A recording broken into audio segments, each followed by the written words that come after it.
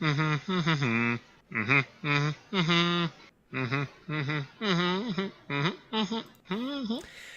everyone, and welcome to Magma Ragers episode 71. I am joined by Pandemonia as always, and this is going to be our first episode talking about Rise of the Shadows since release. Welcome, Pandemonia. How are you finding Rise of the Shadows so far? So Rise of the Shadows has been it's a bit of mixed feelings because in the beginning it's always the excitement of new cards and stuff, but it's been out for not even a month. I mean, it's barely been out for what, 2-3 weeks, I think. Yep. And it already feels like the meta's kind of stabilizing, and some of the top decks are kind of already sort of remaining relatively constant. I mean, I think maybe the meta is stabilizing in a way, but I kind of feel that, for me, I haven't really enjoyed a Hearthstone expansion as much as this in a very long time. I feel like Rise of the Shadows, maybe it's because of the standard rotation as well, but I feel like I'm really enjoying every deck I play quite a lot. And I'm it's been a long time since I really had that feeling of even when I finish the stream playing Hearthstone, I'm like, I kind of want to play some more Hearthstone, and I want to find every moment I can to play Hearthstone, or the feeling of actually wanting to go home and play Hearthstone. I haven't had that in quite a while, I would say. So I feel like for me, it's been a very, very successful expansion in that sense. I think there's still quite a few interesting decks out there that we're going to see coming through as well. I don't think the meta is quite as solved as it might seem. But we're going to cover today, we're going to cover quite a lot of the powerful decks that we've seen so far. But overall, I'm really enjoying it. I think this is, for me, the biggest thing is that this meta seems to be a lot more about onboard interactions.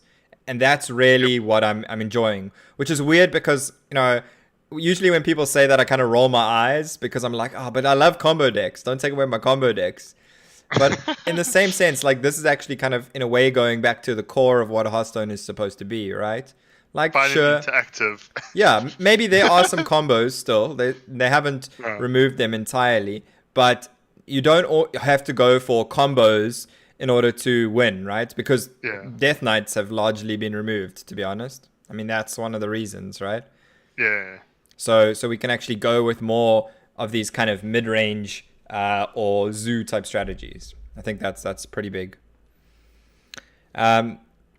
Okay, so let's jump right into it then. Let's get started with some decks. And a deck that's really been benefiting from this more board-focused meta has been Rogue, or a class that's been benefiting has been Rogue.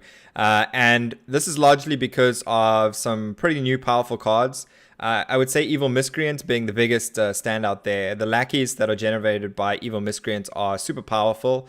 And with Wagglepick as well, you can often recur your Evil Miscreants, play it more than once. And the tempo that you get from the lackeys is just really good. So even though you're playing a 3-mana 1/5 up front, you kind of regain the tempo in a much more... Or you regain a lot more tempo than you lose from playing the 3-mana 1/5. Yeah, and also like you said, not to mention the really powerful synergies are of Wagglepick, and with a new card, Henge Clan Burglar. Just that so this particular version is the more deep version, which has the Blink Foxes, the Henge Clan Burglars, and the Vendettas.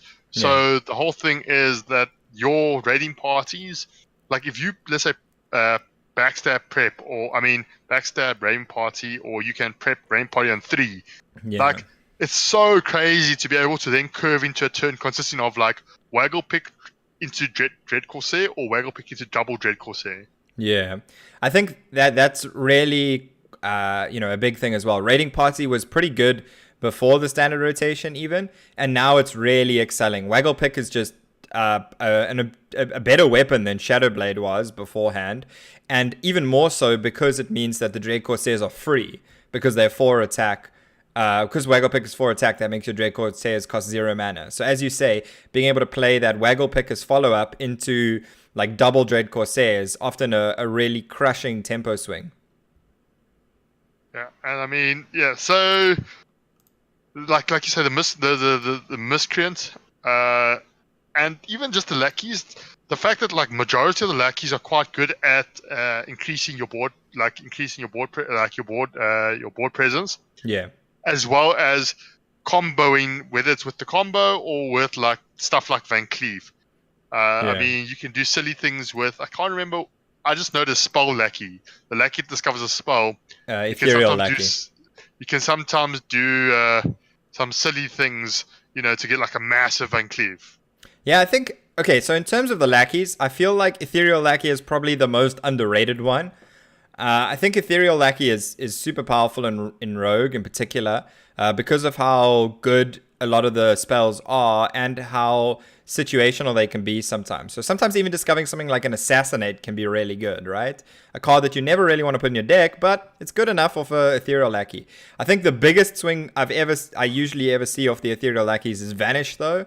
Yeah, like, because you just never play around Vanish, and then when it comes off the Lackey, you just feel really bad if your opponent's the one that did that. All the lousy ones I've had a few times is Headcrack. Yeah, I've get offered Headcrack. I've never picked it. I've picked like there's 2 times where the other ones have been so bad where I picked it and it's ended up me winning games because boy, play a Lackey, you Headcrack. You do something Headcrack. Yeah. So I think Ethereal Lackey is really good. I feel like the Lackey that's been worst for me in Rogue is the Witchy Lackey. I feel like evolving. That's the evolved one. So that the problem with that is evolving stuff is so inconsistent right now. Like there's so many understated minions, right, for their cost, that evolving is just so often really bad. And it's particular in this deck, what you evolve is quite often, let's say, the Evil Miscreant. So you're often evolving into 4-drops, and they feel extremely underwhelming a lot of the time. There are a lot of 4-mana 2/3s with like battle cries, and like then you've obviously got your Twilight Drake. Yeah, there's a fair amount of potato 4-drops. Yeah, so that one most of the time feels the worst. I think a lot of the others can be very, very powerful. I mean, this deck that we're looking at goes very heavy on the Lackey synergy as well, with the Evil Cable Rat as well.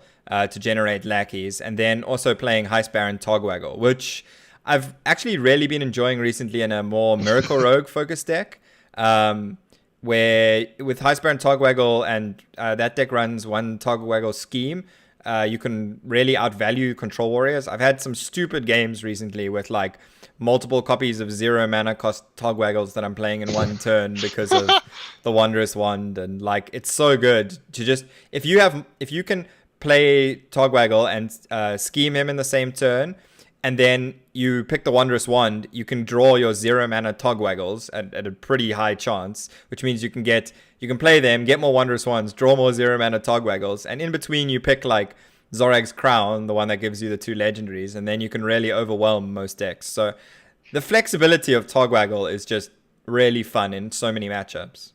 But even just in this this more tempo based list. I found that like the treasures, so like a lot of the times, I'm kind of usually I toss up between taking the 2 legendaries or the draw 3 cards. So the Wondrous One and the Crown it is. Yeah, Wondrous One is the draw 3 cards. Right? I hardly ever take the Tolan's Goblet, which is the draw card drawn for your hand with it. Yeah, and then the Golden Kobold. Yeah, you see, I don't know the names. I just know what they do. So, like, I felt like I've kind of had to learn their names. I've been playing a lot of Heist Baron Togwaggle recently, so I know what the image vaguely looks like, and I know that it's the double legendary spell. Yeah, I mean, although the problem with the legendary spells sometimes I've also felt is that sometimes even though you get to discover, there are some really bad legendaries. Yeah, I get this quite a lot. Between like Nat Pagal, Lawwalker Cho, and I think Myra Rothspring. I think were some of my choices. Myra and Grawl are like 2 I get a lot, and those are bad. Because obviously the Discover is biased to the Rogue Legendaries, and a lot of the Rogue Legendaries are really bad, right? It's also like Face Collector, Edwin Van Cleef. These are all terrible to get. Then there's also like Hook Tusk can be pretty bad to get. I mean, even Tack can be fairly bad if like you're not really gonna have synergy. I mean, tack can be at least 2/6/6s. That's 2/6/6s at least. and I mean, Tack's not Togwaggle the is worst. is 2/5/5s, but you really want more from Zorik's Crown most of the time. But then sometimes you also just get Zilliax and your opponent concedes immediately because you just have 2 Zilliaxes. Or what's it? I've got a feel W bad. Sarah before, which is pretty Yes. amazing. I recently had a game yesterday on stream where I had I just had a board full of dragons. At one point I had double Onyxia, double Ysera, double Alexstrasza on board. After he'd already killed the double Deathwings with Super Collider. Like, Oh, wow. it was a really, really silly game. Because I just had so many, I think I shuffled in like 19 Togwaggles. And so I had so many 0 mana cost Togwaggles, which meant like a ridiculous number of the crown. Like my issue was I couldn't empty my hand fast enough to play the friggin' Wondrous One to draw more 0 cost cards. That's first world problems right there. That's the problem. That's the problems you want, right? Yeah. I think one of the biggest things, if you are ever playing some deck like that, the most important thing to note is actually managing your lackeys. That's kind of the thing I kind of messed up at first with that deck. But anyway, that's not really the deck we're supposed to be talking about now. We're supposed to be talking about this more tempo rogue list. I think some of the other standouts in this deck have also been Captain Greenskin. I think the synergy with Waggle Pick is actually pretty good. Upgrading it to the 5 attack weapon means you get basically an extra 5 damage to face, or extra 6 damage to face, versus what you would have got from Waggle Pick. And very often when you play Waggle Pick into Captain Greenskin, you're gonna go face with the Waggle Pick. So especially in the mirror, I found yeah. that it's very powerful. I mean, developing the body with the extra charge of the weapon is a lot of times very difficult to recover from. Yeah, look, Captain Greenskin is extremely susceptible to removal in the mirror because you have Vendetta and Eviscerate. But the Waggle Pick, getting the upgrade on that, if they don't have a way to remove it the first time, then getting the upgraded damage is really huge because very often the mirror can come down to a race at the end. So, you're going to be playing the mirror a lot if you do play this deck, probably on ladder. So I think it's important to know these kind of tips. And speaking about the mirror, there's actually another version of this list which is probably a little bit better in the mirror, and that's the more smorky version. So this list is not running the Heist Baron Togwaggle, nor is it running the evil Cable Rats. We're running some extra pirates here. Well, I say extra pirates, but we've actually kind of replaced the Henge Clan Burglars with South Sea Deckhands because, they've got charge and they go face. Which is pretty important. This list also drops the Vendettas and the Henge. Like it drops essentially the sort of the thief aspect. I think. It drops it even drops the Blink Foxes. Yes, it does as well. Yeah. Kind of in favor of Henge Clan Thug, and Fan of Knives, I suppose, and Saps as well. So you can play more for tempo and actually just try and overwhelm your opponents much quicker. Basically, I mean that's the idea here, right? Topping out at Myra's and Stable Elements and Zilliax. This is much closer to a more aggressive rogue than the other one that can kind of sometimes play the value game. Yeah, no, for sure. So I think lists like this are going to be popular, particularly in the mirrors, which is quite popular now. So you kind of want to identify, like, when you're seeing the key cards, like the Deadly Poisons and the South Sea Deckhands, you can get a good idea of whether you need to play around Sap more often than not, or exactly what you need to play around from your opponent. So I think it's good to know that these are kind of two of the main directions the deck is going at the moment. And then moving on from Rogue, we're going to have a look at the other class that is on everyone's lips, or that everyone's talking about, and that's Warrior. So there's two main Warrior archetypes that are performing quite well at the moment. There's the Bomb Warrior deck, which we're going to be looking at first, and then there's the more all-out Control Warrior deck. So having a look at the Bomb Warrior deck, I must say I was a little bit surprised that the Bomb synergies have worked out as well as they have. I mean, Augmented Elec I thought might eventually see a cut from this deck, but having now played this deck a couple times, the Augmented Elec is pretty strong. Yeah, I think people always forget the reason why Augmented Elec is not that bad is because a 3-mana 3/4 is still decent stats on board, and a lot of times an effect like the Elec, it's always more threatening than it's a threat that's more dangerous than its Yeah. actual impact. Because you now just thinking, oh no, if he plays a bomb generating card, whereas like you might not even have any bomb generating cards, but now your opponent kind of has an increased priority to try and kill this 3-mana 3/4 that is just a 3-mana 3/4, right? Yeah. And I think what's also important in this deck is that it curves out quite well. So the only other 3-drop we have is the Clockwork Goblin, one of the other bomb generators. And so it curves quite well into the Wrench Caliber afterwards, which is one of your other bomb generating cards. So I think that that's also important to consider. This list is kind of half in on the tempo stuff and kind of fully in on the bomb synergies. So, we're not playing like Darius Crowley, but we are playing still double Town Crier and the double Militia Commando with the Ziliax. So there's still quite a bit of rush stuff in the deck that can help you kind of control the board. And then we've also got the kind of the more control, I was gonna say the more kind of control oriented stuff as well with the bombs. So like the double warpaths, the double brawls. So you can kind of get back on the board with the spells, or with your rush stuff. So it's very much about it. I think it still feels a lot more like a tempo deck, even though you have in this list in particular Archivist Elysiana, Brawl, double Brawl, and double Warpath, right? Yeah, but just like kind of just a warning, this deck is quite expensive dust wise. It's comparable to the old days of what they used to call Wallet Warrior. So this deck, like the Warrior decks currently, are not the most budget friendly. But yeah, this deck is definitely the bombs, and the good and bad thing about the bombs is they can sometimes just let you randomly win out of nowhere. I mean, there's already a bunch of videos doing around where like there was one video where a guy someone shuffled in 4 bombs and he literally drew 4 bombs in a row to lose like the next turn. Yeah, I mean, I think bombs shouldn't really feel so much like your win condition as something that puts your opponent under a little bit more pressure to end the game, right? And that's where I think having the control orient or the control option in this deck is important. Sorry, because it means that you can sometimes play the game slower and wait for the bombs to actually make their impact on the game. Yeah.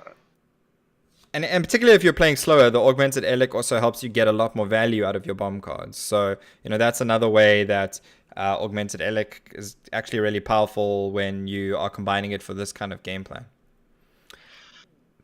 Yeah, so I think it looks like this list cuts, but some lists are still going more like with running the C4M bombers, but I think it looks like those are mostly being cut now. Yeah, some lists, I think the one list I was playing does actually play them as well. It's also kind of this control hybrid in a way, but yeah, there's a couple options. I think, as you're saying, this deck is quite expensive, and I think that's largely because of all the epics in the deck. I mean... Well, and the legendaries. I mean, there's like 5 legendaries, right? Well, there's 4 legendaries in this deck, but I think, some of the legendaries, like Ziliax is a pretty solid craft. Archivist Elysiana is a neutral. Dr. Boom, Mad Genius, the hero card, is very powerful. Blastmaster Boom's a bit of an iffy craft, maybe, but it's all the epics that really cost you, like, I feel like a lot of dust as well, and kind of make the deck more difficult for people to build. Yeah. But let's move on to the other warrior archetype, which is the much more control warrior deck. So yeah, do you want to talk about this, seeing as you've been playing a bit? I've been playing a bit more along the lines of time with the deck, because this deck is like very similar to old school sort of control warriors, where you're aiming to just basically run your opponent out of resources a lot of times. The real painful thing about this is the mirror, especially like sometimes. So like the list I play runs a single copy of Baleful Banker to combo with the Elysiana later on in the game. So like turn 10, you play Elysiana. I mean, like not turn 10. I mean, like when you're about to hit fatigue, you play Elysiana, Baleful Banker, and then you get 10 cards in your deck plus Elysiana, and then you can kind of, recur Elysiana. And I mean, I even had a game, I think yesterday or today, where one of the cards I discovered from Elysiana was Baleful Banker. So then I just had more Lysianas. So the game is both amazingly amazing, but also like it can get really boring because like if you play in this deck against itself, Yeah. and sometimes also like a card like Hicklebot, the problem then sometimes the mirror comes down to, oh, I Hicklebotted your Archivist Lysiana. Lysiana, you lose. Yeah. Yeah, so I mean, I think Ugh. the big thing with Control Warrior, though, is that it performs quite well against Rogue, right? That's Yeah. why people are wanting to play it. But I think it's probably underplayed on ladder just because of how horrible the mirror is to play, to be honest. I I feel mean, games like, literally take like half an hour. yeah, and it's sometimes it's better to lose than to spend half an hour for 40, 50 minutes on a game. Yep. I mean, that's just like true if you want to, climb, unless you're playing at the very highest levels where the wins are more important than the number of games. So yeah, I mean, I think that the deck is, if you enjoy a very slow control style of play, like Pandemonia over there, then this deck definitely can fulfill those needs if you have them. But be prepared for some very long games. Be Yeah. prepared to think about, turn 50 fatigue issues. Yeah, and like just some sort of tips is like now because so previously in Control Warrior Mirrors it was like almost a fundamental rule of you never wanted to draw cards.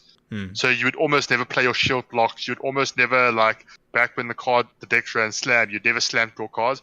But now because you have Archivist, Lysiana, and the Commerce, you actually don't mind, and it's like arguably sometimes best to draw so you can try draw into it so as soon as possible so that your opponent doesn't Hicklebot. Yeah, definitely. I think that's So a very important point to notice, that it's actually pretty important to draw until you have the Elysiana and maybe the Baleful Banker or Brewmaster, so they don't get Hecklebotted if you suspect your opponent is playing Hecklebots. and I mean like like what's sometimes really hilarious about playing like these and things is like sometimes you'll play like a warpath just to kill 1 minion, just to empty it out of your hand, or you'll play a brawl on like 2 minions just to empty it out of your hand. Like, Yeah. because hand size becomes a problem when you're not playing, most of your cards for a very long time. Yeah, definitely.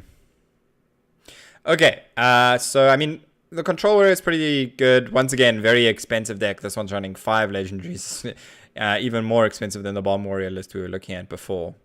So let's move on. Next, we have Token Druid. So Token Druid is a deck that I was playing quite a lot, and I felt like it did pretty well against Warrior, against the Control Warriors even, because you can kind of play your resources out fairly slowly, and you can get those powerful turns with Soul of the Forest on a board when your opponent fails to remove it. And then you can actually capitalize with the Savage RoS a bit more. I think the Control Warrior players in general have gotten a bit better at playing against this deck, though. I feel like that's maybe affecting the win rates a bit now. But overall, I think Token Druid is probably, I mean, up there. If we had to put it down as the 3 most powerful decks right now, I think Token Druid would probably be up there with Warrior and Rogue. But it doesn't feel like it's quite at the level of Warrior and Rogue right now, right? Yeah, it feels like it's just like I think part of it is because its matchup struggles it struggles a little bit against the rogues a lot of the time. I think. Yeah. Because Well, the problem with rogues now is, like we were saying earlier, is they can get quite heavily on board with the lackeys. Yeah, and if you get something like the Faceless Lackey, the one that summons a random 2 cost minion, that one is really good against Token Druid because you actually just, as the rogue, you just want to get as wide as you can on the board so you can contest all the little minions that they're playing. Yeah, I mean, that one, the deal 2 damage is pretty good. Yeah. I mean, arguably the Ethereal one versus like removal or AoE is also not bad. So yeah, so the deck is pretty good, but like you say, managing resource, like I think a lot of the time it's overrated with a lot of these decks. A lot of people just think, oh, all I need to do is go wide, play Soul of the Forest, play Savage Draw and win. But people don't realize, like, I think the resource management aspect of these decks is actually a lot more important than a lot of people realize and give credit for. So like actually playing this, especially against, like you say, Control Warriors, is actually quite difficult because you always want to try and present a wide enough board that is threatening, but if it gets removed, you can still refill sufficiently. Yeah, it's very important to manage your resources. I think one of the most important things is that turn 4. If you can hit Whispering Woods on turn 4 for like the full 7, then that's really powerful. And the best way to accomplish that is always to play Acorn Bear on 1 because it gives you the 2 squirrels in hand. And I think sometimes that means you have to pass turn 2 and turn 3. And that's pretty important to note as well. If you have the Whispering Woods and the Acorn Bearer, you really want to consider whether you actually want to play out other cards from your hand on turn 2 and turn 3. And then this list is also playing Crystal Song Portal, which if you're short on dust, I don't think is necessarily 100% necessary as a craft. I mean, I think that I'm not a big fan of Crystal Song Portal myself, but it has been getting played by quite a few people, so it is an option if you have it. But I mean, other than that, there's quite a few other decent budget options. I was running the Henchclan Hogsteeds for quite a while, the 2/1 rushes that have Death Rattle, summon a 1/1 Murloc as a way to kind of fight for the board a little bit more, and that helps a little bit against classes like Rogue. But there's quite a few options, and I think in this deck, because this deck is playing Crystal Song Portal, I think that's also why it's playing Mark of the Lower, which is another card I'm not the biggest fan of, but when you're playing it with Archmage Vargoth, it can be fairly decent because you can, Archmage Vargoth and Mark of the Lower in the same turn to get 4 3/2s, for instance, which can be pretty good. And obviously there is some synergy with Keeper Stellaris as well. I mean, this deck's pretty cheap because most people already have, well, almost everyone will have Archmage Vargoth already just from the login rewards. And Keeper Stellaris is kind of the only other legendary in the deck. And then, we're talking mostly commons and a couple of rares. As I said, Crystal Song Portal probably not that necessary if you don't want to craft it, but Whispering Woods probably is the one epic that I would say you really do want to craft for this deck. Yeah, and I mean, like, for the rest of it, I mean, a lot of the key cards, like what the Forest Aids it's rare. And I mean, arguably, like something like Keeper Stellaris, you could probably play something else in its place, and like, sure, it would impact your win rate, but like it's not the complete end of the deck, if you know what I mean. It doesn't make the deck unplayable by any means. That's what I'm saying. Like, it's not optimal, but it's not. Or at the same time, it's not fundamental to the deck. Yeah, like, I mean, sure, the value does help in many matchups, but it's still, the deck is still playable, and I think you can still do really well with it by running another, whether there've been a bunch of like Force of Nature. Some people run Force of Nature. Yeah. Or this doesn't have the scribes. Yeah, I mean, the Force of Nature, Eccentric Scribe, those are all good options. I was running Violet Teacher for a bit as well for some old school feels for Token Druid. Then there's also a Microtech Controller that I've also been running. That's on that list. Yeah, of course. So that's also not in this list. So there's actually quite a few other options. I mean, most of those ones I'm talking about are commons or rares at most. So there's quite a few other budget options that you can substitute in. You just need to ask yourself, do you have enough ways to generate a board and then enough ways to actually be rewarded for that? And I mean, most of those are, Savage Roar, Soul of the Forest, Blessing of Ancients, and Power of the Wild. Those are all commons. So if you can find ways to generate decent sized boards with the cards that you have, then you can play some kind of Token Druid deck. Yeah, and I mean, it's quite effective. And yeah. Okay, moving on to another good budget deck for players, and one that's actually really good against Token Druid, and that is Zoo. So at the moment, Zoo has kind of seen a big resurgence, and what's interesting about these Zoo lists is they're very heavy on the Magic Carpet synergy. So Magic Carpet, for those that don't know, is 3 mana 1/6 that whenever you play a 1-cost minion, gives it +1 attack and rush. So what this means is in this deck, we're playing a ton of 1-cost minions, and why this is so good against decks like Token Druid is you can play Magic Carpet and then splurge like 3 1-cost minions on the board and fight for the board against the Token Druid, which often has like, a board full of 1/1s or 2/2s or something like that you can just keep clearing. And as long as you keep Magic Carpet on the board, you can always keep control of the board, and then you can slowly snowball to actually killing your opponent, which has kind of always been what Zoo's about, right? Yeah, and I mean, like, also, so now one of the noticeable evolutions, I would say, of Zoo is that because Prince Keleseth has rotated out, you can see the the masses of 2-drops coming back in. So you've got your classics in like Direwolf Alpha, Knife Juggler, but now also you've got the Cable Rat, the Evil Genius, and a card that saw some play, but there was not much incentive. But like now you see these Scarab Egg, and the Scarab Egg has got the synergy with like Grim Rally. I think is most notably the synergies there. Yeah, although bear in mind, if you do sack the egg, the 1/1s don't get the buff from the Grim Rally, because that's how the ordering happens there. But it also has the synergy with Evil Genius. I mean, it's your best sacrifice target. And Evil Genius, 2-mana 2/2 with a Battle Cry, sacrifice one of your minions and give... and then you get 2 lackeys. I mean, we've already discussed how powerful getting 2 lackeys is, and Evil Genius is arguably a better body, but it comes with that cost of having to find something to sacrifice. And that's why having some of this kind of sack fodder in the deck can be pretty good. I mean, Scarab Egg is usually the best target to sacrifice, but Mecharoo can also be a decent one because it's got that Death Rattle. And then Evil Cable Rat is also not bad as well, because, you get most of the value in its Battle Cry, so sacrificing it is fairly good. And then the one legendary this deck plays is the Solarium. So I think Solarium is probably I would argue, the most key legendary for Zoo decks now, because of how heavy your deck is in 1-drops. You want to make sure that you can draw them and play them in like your key turns, so that you don't lose control of the board too much, right? So I think knowing how to use the Solarium is actually quite skill intensive. But I think that the Solarium is a really powerful card, and especially in this version of the deck, where outside of Sea Giant, the most expensive card you're playing is 3 mana. Solarium, you're more than often going to be able to play all the cards. I mean, some of the lists also run Arch-Villain Refarm, and I think if you really don't want to craft Solarium and you have Arch-Villain Refarm, you can probably replace Solarium with Arch-Villain Refarm, but then that gives your deck kind of a different option. Instead of refilling your hand with a bunch of cheap 1-drops to synergize with your deck in like the mid to late game, you're gonna instead go for the kind of meme turn everything into legendaries, which can be a lot of fun, because the very first versions of this deck I was playing did have that, and it was quite a lot of fun. Yeah, and I mean it's value, and like you can like all of a sudden you can do some ridiculous thing.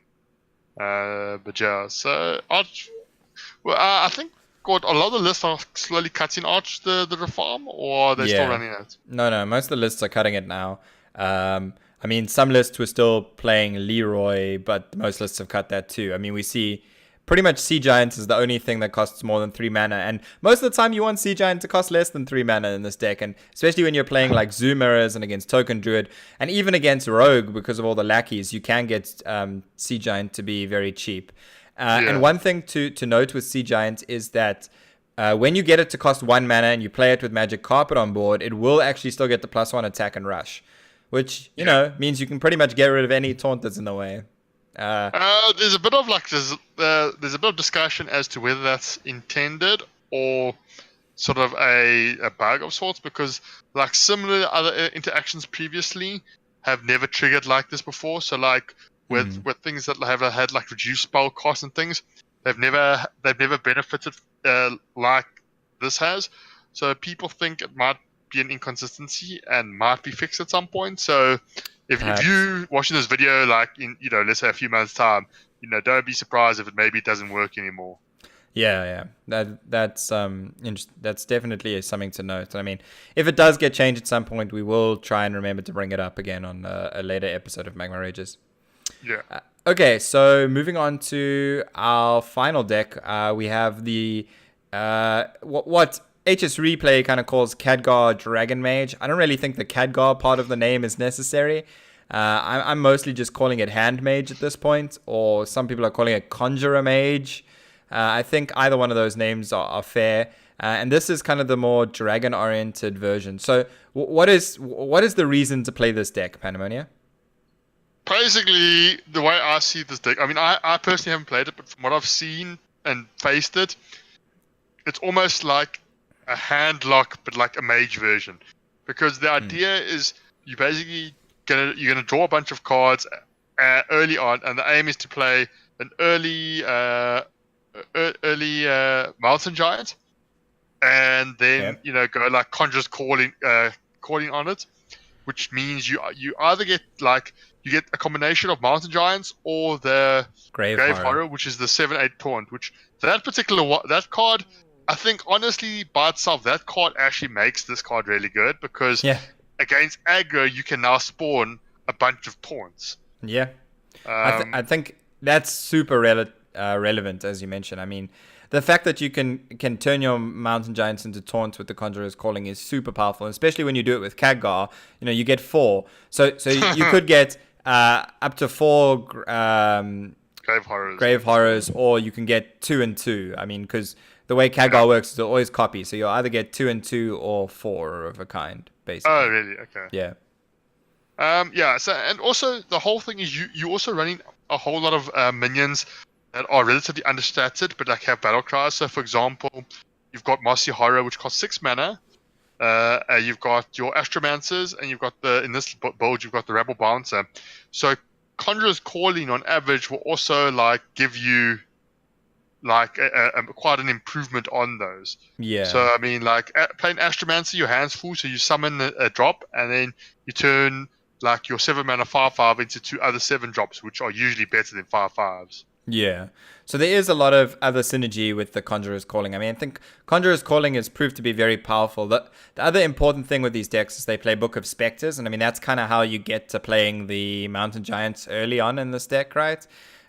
Book of Spectres, because you're playing almost entirely minions outside of the book itself, Conjurer's Calling, and some of the lists play Power of Creation. This particular one doesn't, which I'm actually a big fan of because I don't really like Power of Creation much. I think it's a lot of the time better to play some of these 7 drops, or even just playing Caligos is sometimes better than the Power of Creation, I feel. So I think making the Book of Spectres more consistent is worth it, and that's also why this deck has got this weird dragon package. Because it can't play the kind of proactive mage spells that you might expect, or kind of the, let's say the control mage spells you might normally expect, like your polymorphs and flame strikes. We actually have to try and deal with the board through minions, and that's why we've got things like Scale Worm, Dragonmaw Scorcher, and Crowd Roaster, right? In particular, Mossy Horror as well. I mean, we've got a lot of minions that kind of have immediate impact on the board, and very often, as you've mentioned, those come with understated.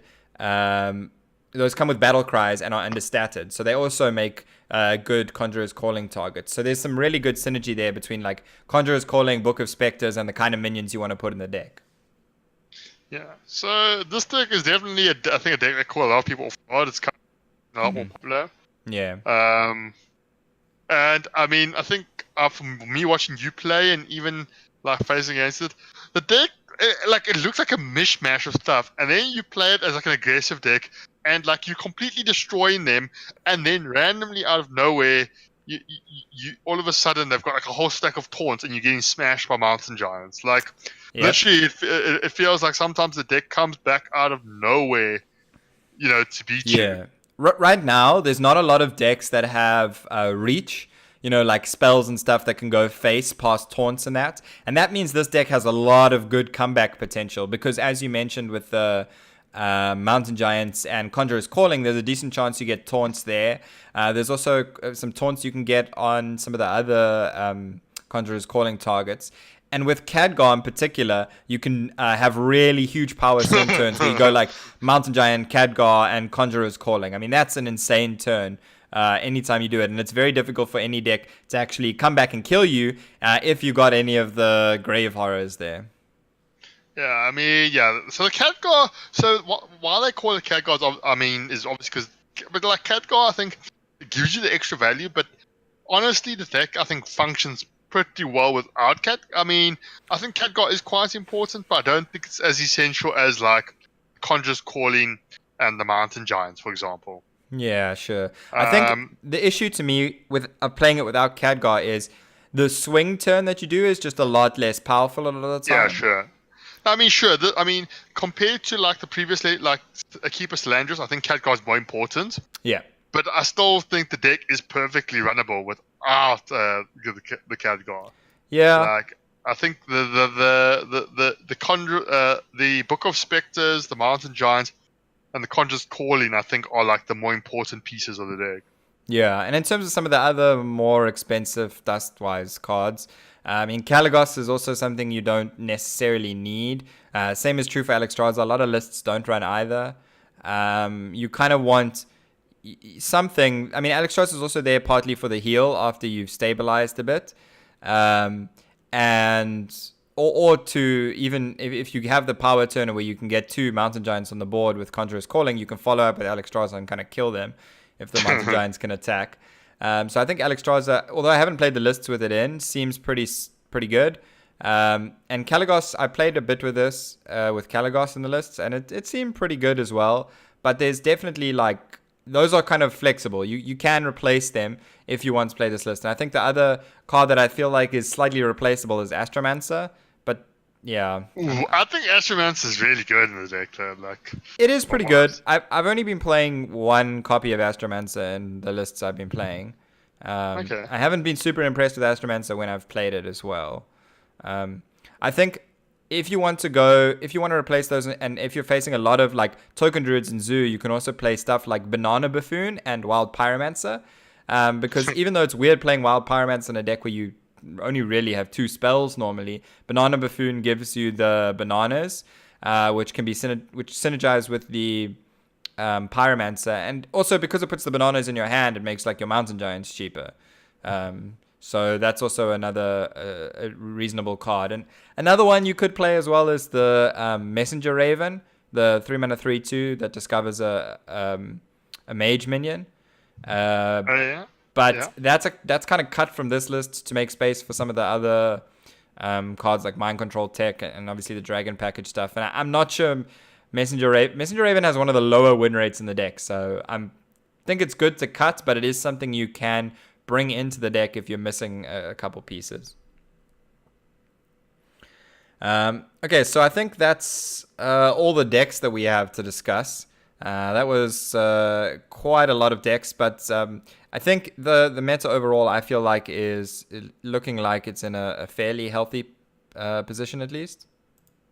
I mean, there's enough more diverse cards that are coming back, so I definitely think, there's still room. I mean, unfortunately, some classes have not been have been struggling to get a sort of carve a place in the meta right now. Yeah, I mean, one of the decks, like for Priest, we didn't discuss is the Miracle Priest or the Chef Nomi Priest, which we've seen Killing All Day bring to the World Championships. And I'm not quite sure. I think that deck has a really bad win rate on ladder because I think it's quite difficult to play at times. So it's not a deck I would necessarily recommend many people playing, although it can be very fun when you pull off the shenanigans. And that actually leads us very well into our next topic for discussion this week, and that is the HCT World Championships. That's going to be happening this weekend. At the time of tomorrow, actually. Yeah, at the time of recording, it's Wednesday the 24th of... This is April, right? Yeah, April, yeah. So it's going to be starting tomorrow from the time of recording. So if you haven't got your Choose Your Champion pick in, then you've left it late, and you're going to have to make sure you submit as soon as possible. But first, you want to actually check out this next segment that we're going to be discussing, because we've done quite a bit of analysis on the group stage. We did another video that we published earlier, I think it was last week. Where we went through all the groups and we kind of discussed the matchups, what they would be banning, and it was quite exhaustive and exhausting. It was over 2-hour video, but if you don't have time to watch that, we're going to be kind of summarizing it now and kind of who we think might be the best picks. And thanks to Old Guardian, we actually have a convenient spreadsheet here where he's compiled a couple different people's predictions, and we can see that awesomely quite a few of them align. So that means that, what we're predicting here is who gets out of each one of the groups, because predicting after that is very difficult because there's so many permutations about who's going to play who in the top 8 that it makes it very, very difficult to actually predict any of the matchups beyond there. Whereas the groups, we can kind of know the structure, we know the initial matches, and we can kind of try and postulate from there what the rest of the matchups are going to be and who's going to get out of groups. So I think picking anyone here that is looking a likely pick to get out of groups is going to be worthwhile for your choose your champion picks, basically. Yeah. So I mean, if you, I mean, you can kind of see between the four groups of people, right? That like in some of the groups there's kind of a consensus around like, so in the case of Group A, between Zhalti and Blood Trail, I mean, all four of the groups basically put Blood Trail and going through, and three of them put Zhalti going through. Then, so I mean, for anyone that doesn't quite understand this chart that we have here, this is one that Old Guardian put together. The OG in the predictions is his predictions. In Position posted a really thorough Reddit post on the World Championship like groups analysis and stuff. The dib that's listed there is Pandemonium Eye's discussion that we just mentioned. And the Heat Shock one, I haven't had a chance to look at exactly. I haven't had a chance to look at that analysis yet. But basically, there's analysis from 4 different people or groups of people in our case. And you can see basically each one of them have predicted for the winners and runner-up. So as you were saying, for instance, we predicted Zhalti as the winner of Group A and Blood Trail as the runner-up. And that was kind of the same as In Position's prediction. And as you mentioned, Old Guardian also had the same 2 players, just in a different order for winner and runner-up. So, I mean, Zhalti seems like a fairly reasonable pick out of this group, right? If you wanted to pick him for Choose Your Champion. Yeah, I feel like I would rather pick Zhalti over Blood Trail because of how highly rated he is as a player. Sure. And I think that could make that could be worth factoring in when you want to make your decision out of which of these kind of 8 players we think are going to get out of groups. But if you want a really, I think arguably one of the safer picks, if you look at Group B, and it's almost quite ironic because in that group, the 2 most well-known players, well, I mean, arguably the more popular players are Mazzy and Killing All Day. But if you look at all 4 of us, the different groups predicted the winner to be Aleph Yu Ying and the run-up to be a language hacker. Yep. And I mean, a lot of that has got to do with, I think, the way the lineups and the matchups stacked. Yep. So, like for example, I think even if you might not have heard of him, Yu Ying is probably a very good pick there. I mean, if you look at for 4 separate groups of people to come up with the same 2 people, I think the numbers there kind of speak for themselves, right? Yeah, I mean, we didn't look at we didn't really look at any of these other analysis when we did ours, and I think that's true for probably all of these groups. So for 4 independent people, as you say, it's come up with it. I mean, Yu Ying seems like a really solid pick. I mean, if the analysis didn't come out like this, I would be very tempted to pick Muzzy because I'm a bit of a fan of Muzzy. And there's a lot of people picking Killing All Day in this whole year of Killing All Day meme, which is pretty great, I must say. The memes between the We Like Ike camp and the Year of Killing All Day camp are really good. But it's difficult to pick either of them when it looks like the matchups mean that Yu Ying and Language Hack are pretty high probability to get out of the group. Yeah. And then if we move to Group C, we see a similar, but not. I mean, we see also quite Hunter Ace is 3 of us said Hunter Ace would win and Just Saying would run up, with only In Position really thrown in Ike there. Yeah. I haven't seen the thread. I'm not sure if he did the analysis or if thrown in Ike there was perhaps a meme. No. In Positions is very statistical analytical based. I don't think there's much memeing. Although I haven't read it in that much detail. But yeah, I mean, so they're I think Hunter Ace in this particular case, I think people might pick them and also I think his lineup is pretty good, but also just the fact how skilled he is as a player. And I think the number 1 points earner worldwide Yeah. He had ridiculous results at most of the HCT tour stops that he went to. Yeah, So I he mean, had he had like 8 top 8s out of 9 tour stops or something stupid like that yeah, that he attended.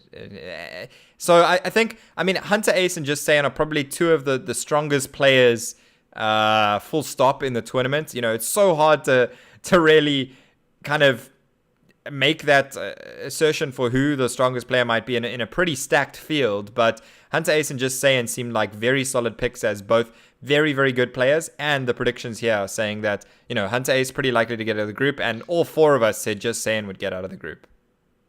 yeah. So I honestly, like, before we did this analysis, I kind of just went gut pick Hunter Ace because of how good he is. Yeah. But so we'll see. But so Group C, I think also Hunter Ace is a pretty good job. Then Group D, and this one you gotta feel a bit bad because I think even before we did the analysis, I think it was a couple of days when Tyler posted on Twitter, and he was like, "Well, it was cool to make it to Worlds, but like, check you guys later." You know, I'm pretty like, I think after they released the deck list, he pretty much, you know, he wasn't very confident in his list. And if you look at our, like, all 4 of the group's analysis, you can kind of see why. Not a single person puts him to make it out of the group. Yeah, I mean, by Tyler's own admission, he said he had a 5% chance to win his game against Roger, which is his first matchup.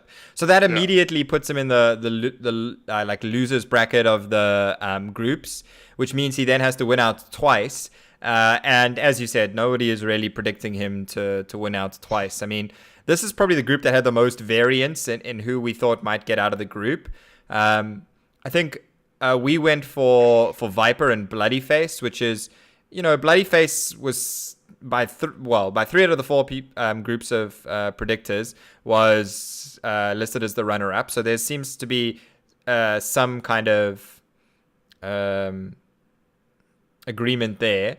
But the big difference on most of the other lists is Roger and Viper. So I mean, yeah, we had Viper as the winner, and so did Imposition. But Old Guardian and Heat Shock both had Roger as the winner instead, and Imposition also had Roger as the runner-up. So I think honestly on this one we might have been wrong. I think I remember this was the last group we were doing, and I was like, I really don't want to put Roger as the winner of the group or the runner-up. So we might have voted a little bit with our heart there, because it's not going to be good for Hearthstone Esports if Roger wins Worlds after all the cheating stuff and it's not great. I mean, all the drama that would cause. So for the good of Hearthstone, I kind of hope he doesn't make it out of the group, although I have nothing personally against him, you know. Yeah. But yeah, with the drama that's happened this year, that might have influenced some of our picks. So in the end, I ended up picking Viper for my Choose Your Champion. So partly because I also think he's bringing the one Miracle Rogue list with the the double gadgets and auctioneer stuff that we kind of mentioned a little bit earlier when we were talking about rogues. Yeah, you can't keep yourself too far away from Miracle Rogue and gadgets and auctioneers. Well, Miracle Rogue has a very good record in World Championships, I'll let you know. Albeit in some very more broken versions. But Gadgets and Auctioneer and Rogue decks has done pretty well in World Championships. So yeah. So I mean, I think that's one of the reasons I went for Viper. I also think he's a very strong player in a group where he has a pretty high chance of getting out. So I went for him for a kind of combination of the list. But as we mentioned, any one of these kind of 8 players that we're predicting to get out of the groups would be a solid pick. And, we've kind of went over the other ones that are maybe more high likelihood to get out of their groups than some of the others. So, yeah, I think your pick for Hunter Ace, even though it was instinctual before we even sat down to do the analysis, seems like it might be a fairly reasonable pick as well. Yeah, but just remember that no matter what, make sure that if you like to vote, because you're guaranteed at least one free Rise of Shadows pack just for voting.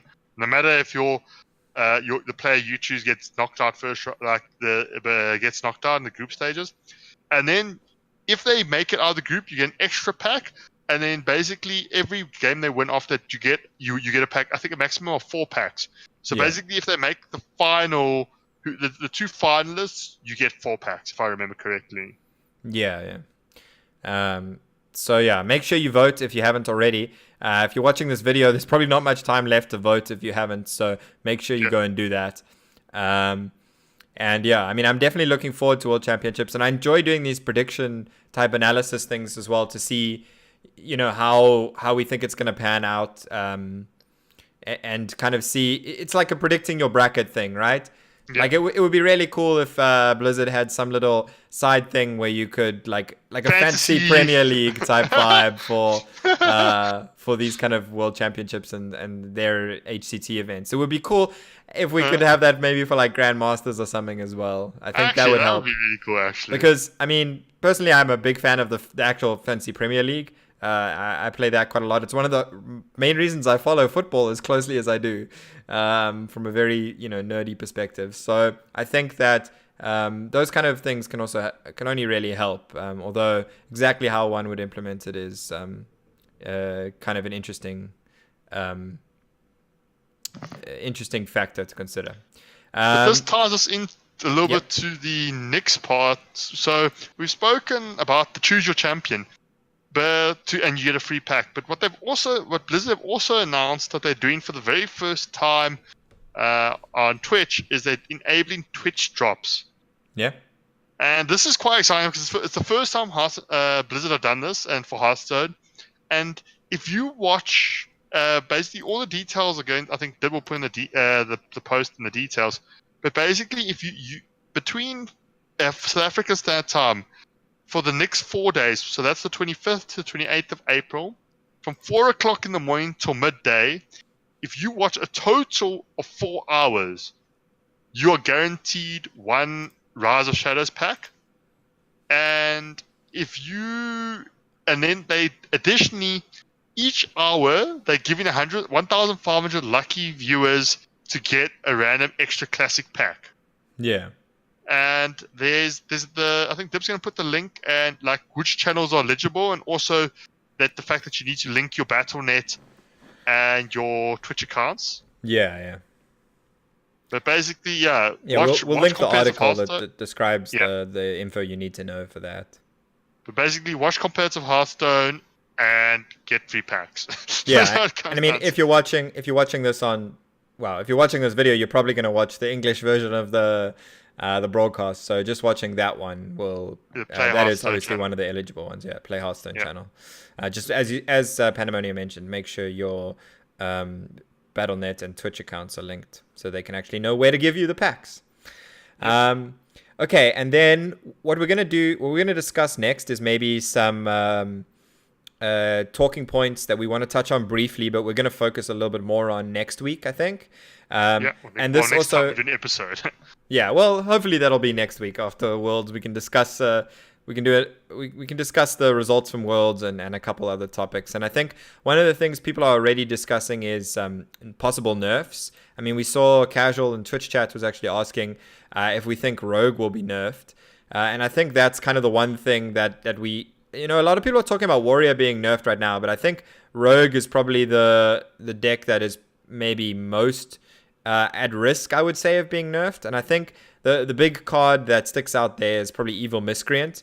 I mean, in terms of nerfs, I would think maybe increasing its mana cost to make the combo stuff more difficult, or changing the stats on the Evil Miscreant would make the most sense. I think, if we nerfed it to only give one lackey, I feel like that would feel very kind of lame, because you have the Evil Cable Rat, that kind of does the same thing then. So I think that maybe changing it to like a 1/3 stat line, or changing it to 4 mana might be the nerfs we see.